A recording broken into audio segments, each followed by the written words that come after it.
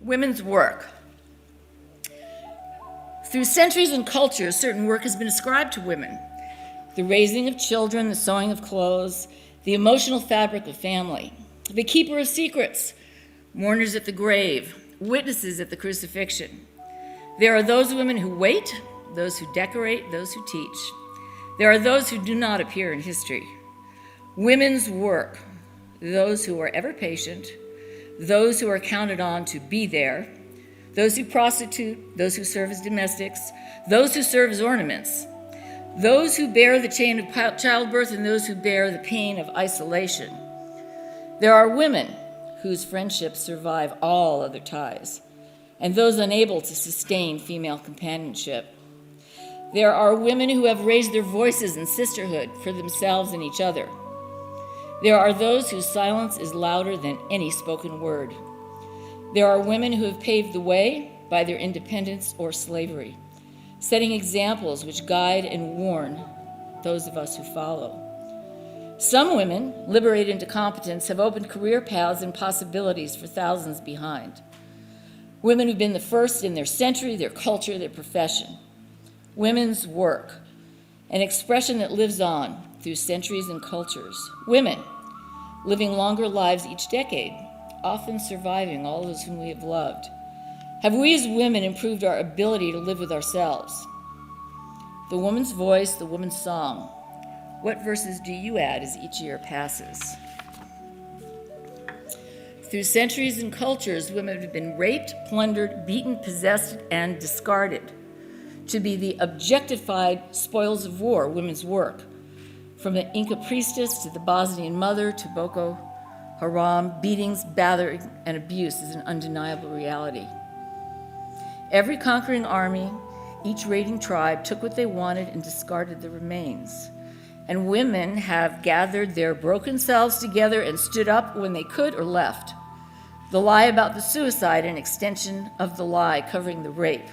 Women's work, mothering children of rape. The face of the rapist stares back from the body of a 5-year-old. Women's work, inventing the story regarding the father. Women's work, to live with nameless experiences, shameful, illegitimate products of abuse not brought to light. Women's work, rationalizing pain or wrapping it, securing the secrets in neat, orderly parcels placed out of the reaches of consciousness. Parcels to be coughed up on deathbeds or found in the ribbon-bound letters in the small box after she's dead. Women's work, creativity. Women's work, the emergence of voice.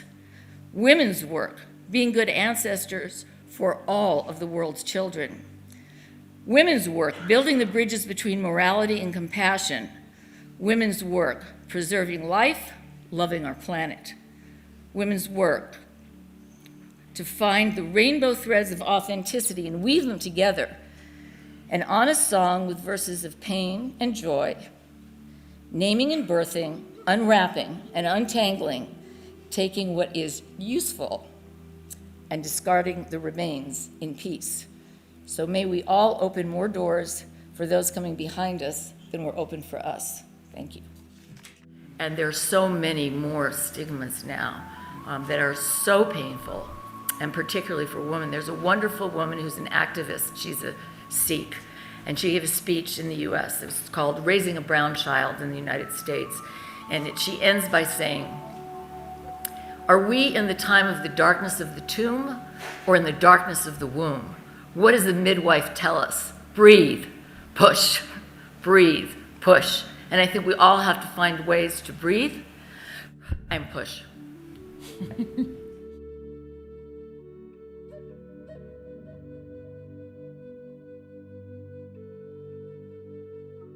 On the one hand, you know, you have Maya Angelou, who talks about we have to have the courage to recreate ourselves daily as the situation and the time that we live in dictates, or our personal experience dictates.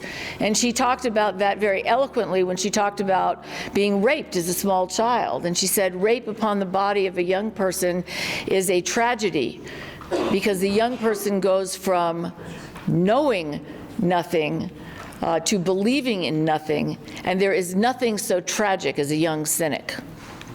Pretty interesting. And then to follow up on that, as she continued on in her life, she kept saying, we must have the courage to recreate ourselves daily.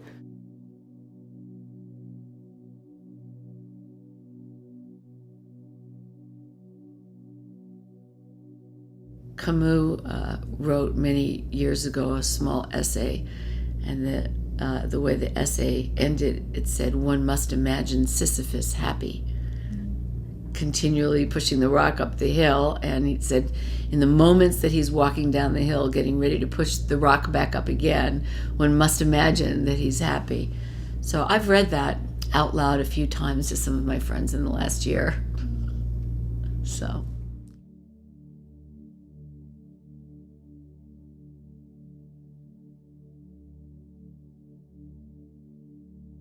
another piece is, a community assumption is proprietorship rather than like a welfare mentality, meaning you move through your life and your day as if you are the person that must be responsible for whatever it is that you see, whether that's trash on the ground or wiping out a sink after you use it, no matter where you are, for the next person that's coming, or knowing that if you're present and you know something is really wrong, that you have an obligation or to speak up about it.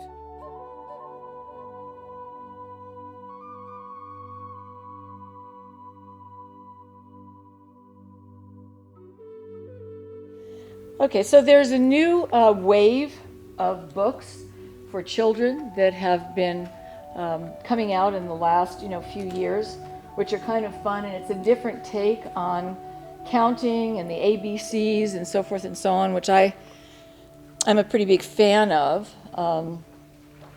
And this one is called Counting on Community, and I'm going to share it with you. Living in community is a lot of fun. Let's start the ways. Let's count with one. One stuffed piñata for every holiday. 2 neighbor friends who are always there to play. 3 urban farmers knee-deep in the mud. 4 fresh potatoes, 1 potato, 2 potato, 3 potato spud. 5 chunks of chalk on the sidewalk. 6 music makers who totally rock. 7 bikes and scooters and helmets to share. Note, safety, helmets. This is for all of you who have little children or nieces and nephews that don't like wearing their helmet, okay? 8 picket signs showing that we care. 9 tasty dishes, yummy, yummy, potluck. 10 hefty hens. Wait, is one of them a duck? So what can you count on in your community? I can count on you, and you can count on me.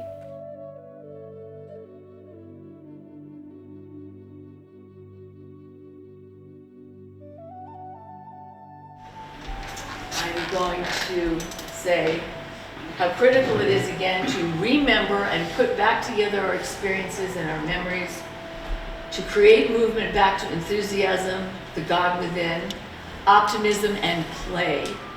Play is so important. What do alligators and up-and-coming young executives have in common? They don't play. Okay, we need a lot of play in our community. And everyone deserves spring. We've all lived through springtime. And every single person deserves to have a personal springtime in their own life. And it is, in fact, truly possible. So.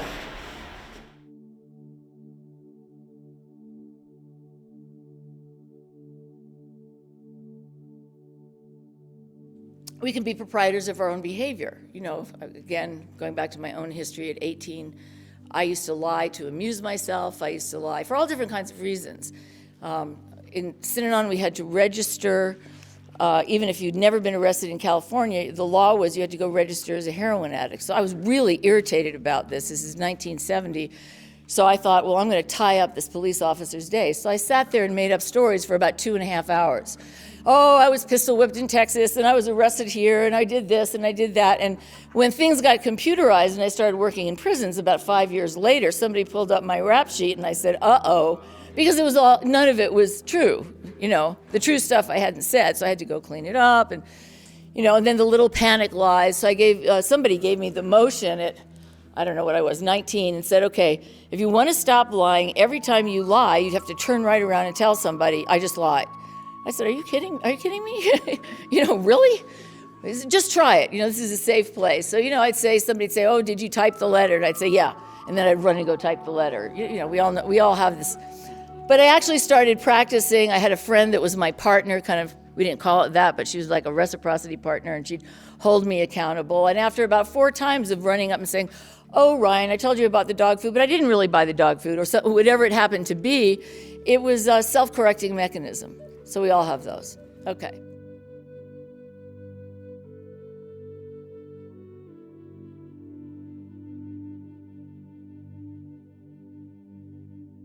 There's another piece of a quote by Elie Wiesel. Elie Wiesel was in 4 different concentration camps and watched his entire family die. And some years later, he won the Nobel Peace Prize in 1984, and on. And he became a spokesperson for people who have been left and stuck, whether that was people from Cambodia or people from Africa. And he said, the opposite of love is not hate. Of art is not ugliness. The opposite of these things, of hatred, is indifference. That the enemy is indifference. Indifference is the enemy.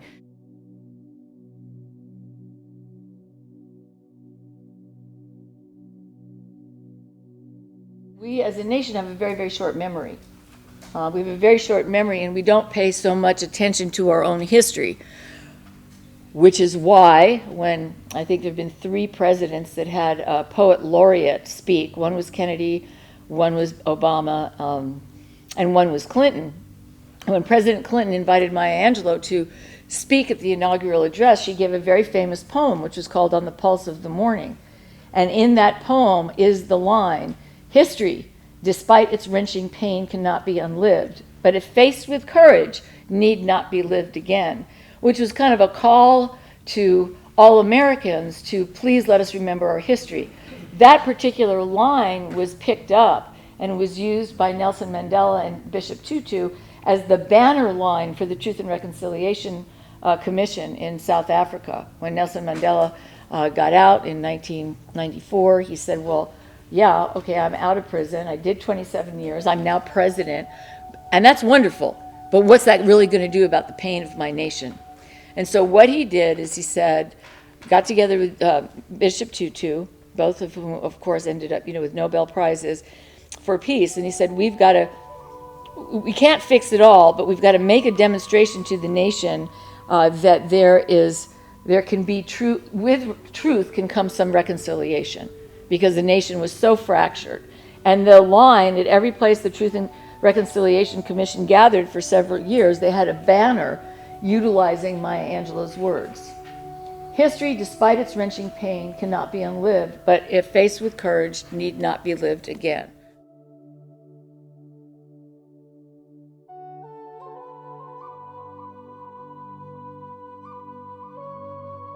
When I was a little person, about 4 inches shorter than I am now, I lived somewhere very high up in the mountains, about 11,000 feet.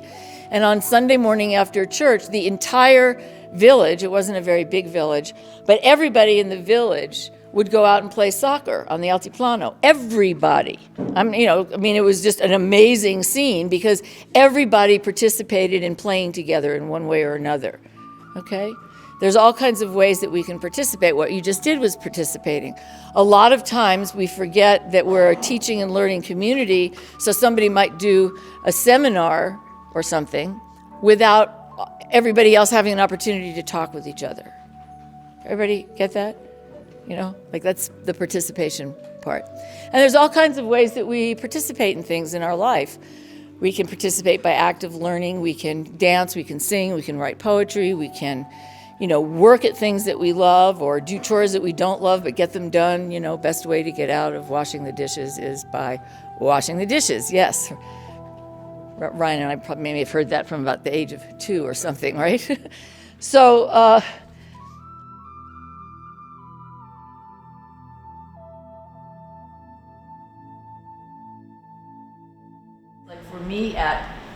6 years old.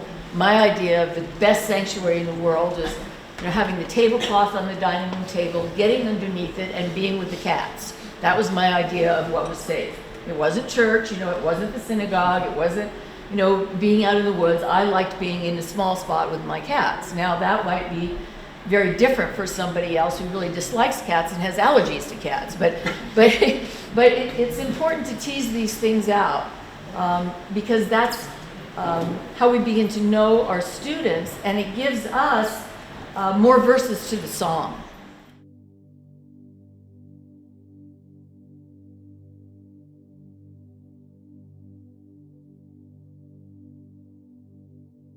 Contract compliance does not equal recidivism reduction.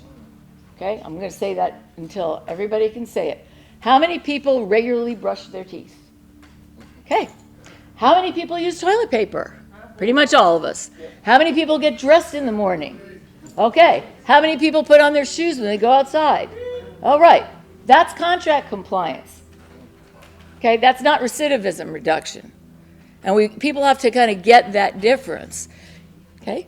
The basics, contract compliance, it's a basic. It's nice, it's a basic, but it doesn't necessarily help build a bridge for people back to citizenship, back to family reconciliation, back to feeling a real sense of dignity, back to their name in every pore of their being as opposed to their number. Even though once you've had a number, you can remember it forever. Okay.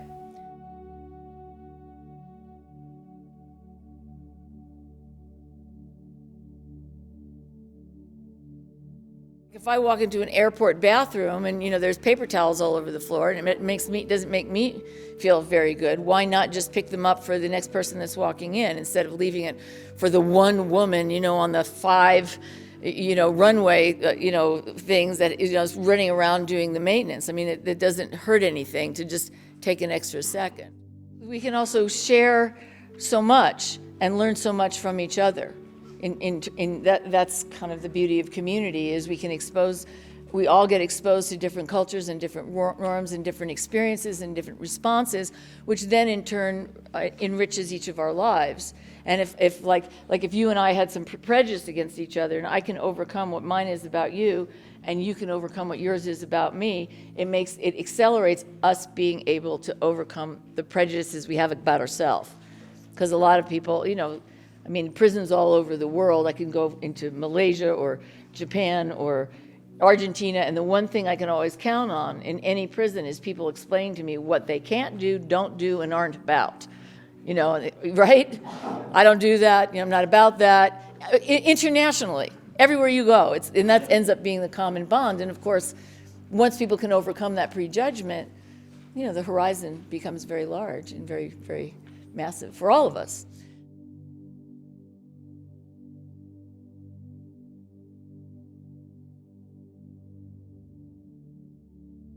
What's one of the next biggest holidays that we should be celebrating here? Anybody know? Missing a big one. Missing a big one. Missing a really big one. Thank you. Oh, I didn't hear you. Okay. Everybody know what Juneteenth is? Somebody want to say what Juneteenth is? Okay, so we need to know our own history. We need to know the history and where our students come from. We need to be able to talk about it, be versed in it. And this has nothing to do with agreeing or disagreeing. It has to do with getting people to think and be conscious and aware so they can make informed decisions for themselves as good citizens.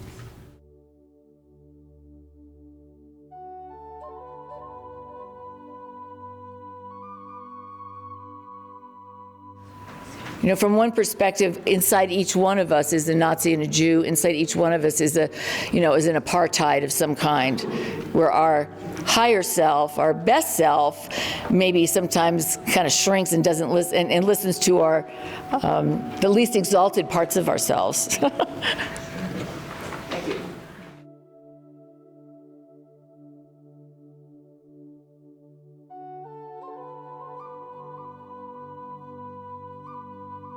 If you had 100 acres and you fenced it in and you put I don't know, 100 Black Angus, cattle there, where would they go?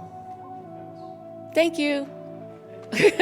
They would go to the fence, if not all the time, most of the time. And when you make everything rules, right, you draw a line, and typically people will just go right up to it, which is a force against internalization, and it becomes obedience and compliance.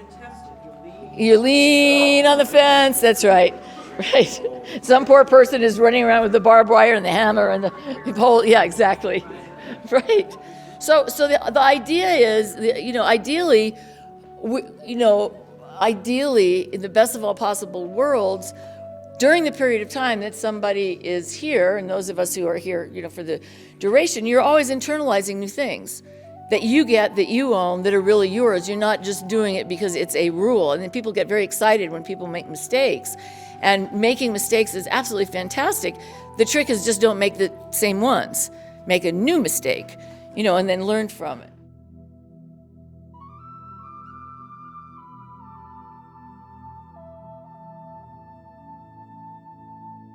Everybody knows the word remember comes from, ricordare is from Latin. It means to pass again through the heart.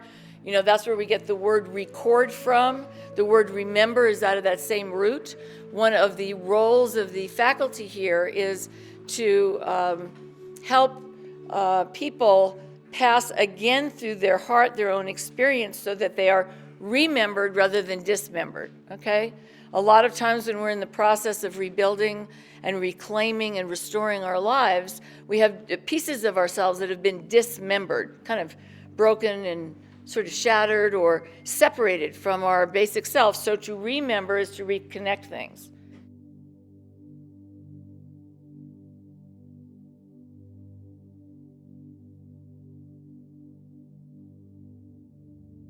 In community, it's jobs and roles, not just jobs. And when you think about the people that have made, even if you just go back through the last 100 years of Nobel Peace Prize winners, okay, and you say, what was Elie Wiesel's job? What was Dr. King's job? What was Gandhi's job? What was Rigoberta Menchu's job? What was Jane Addams' job? What was Jody Williams' job? What was, and on and on and on. A lot of times we don't think about those folks in terms of their jobs, but rather the roles they played and the gifts that they gave us.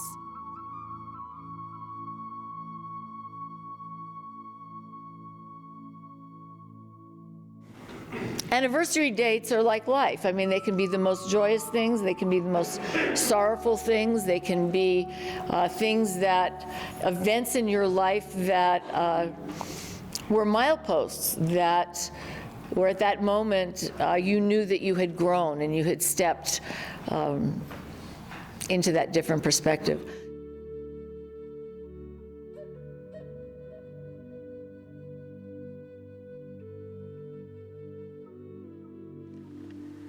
I was sitting in a federal court at 17, about to be tried as an adult, and I did receive a well-constructed chance. It really wasn't on merit.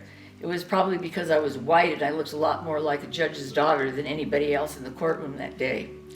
I've chosen to remember that day since then, but I did take my chance. And if some of you are listening to this and you've gotten a chance, take it. Don't turn your back on it. Si se puede.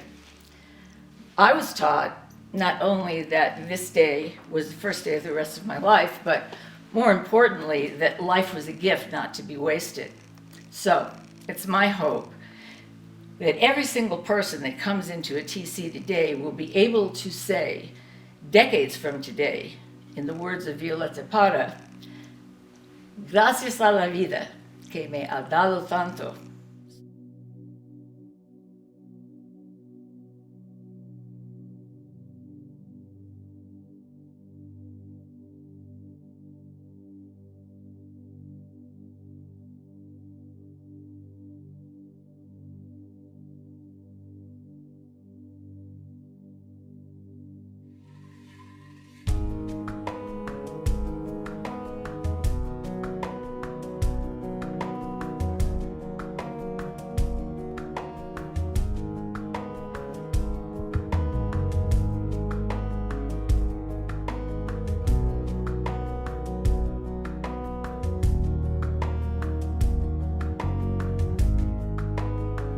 t'en va pas, je dirais. Ne me laisse pas seul, mon amour. Ne me laisse pas seul encore. Je dirais c'est difficile. Ne t'en va pas, je dirais. Ne me laisse pas seul, mon amour. Ne me laisse pas seul. Je dirais c'est si difficile.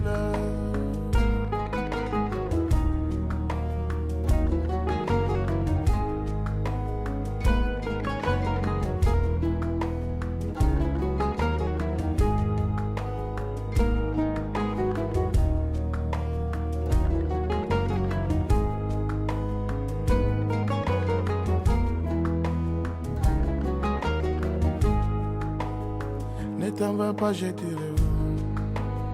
Ne me laisse pas seul, mon amour. Ne me laisse pas seul encore. Je dirais c'est difficile. Ne t'en va pas, je dirais.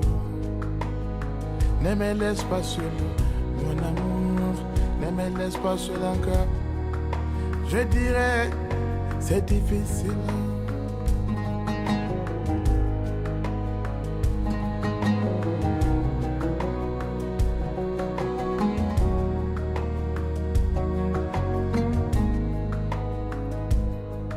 Kanata, kaneta, kanata, kaneta, kanata, kaneta, jarabi kaneta, kanata, kaneta, kanata, kaneta, jarabi kaneta, kanata, kaneta.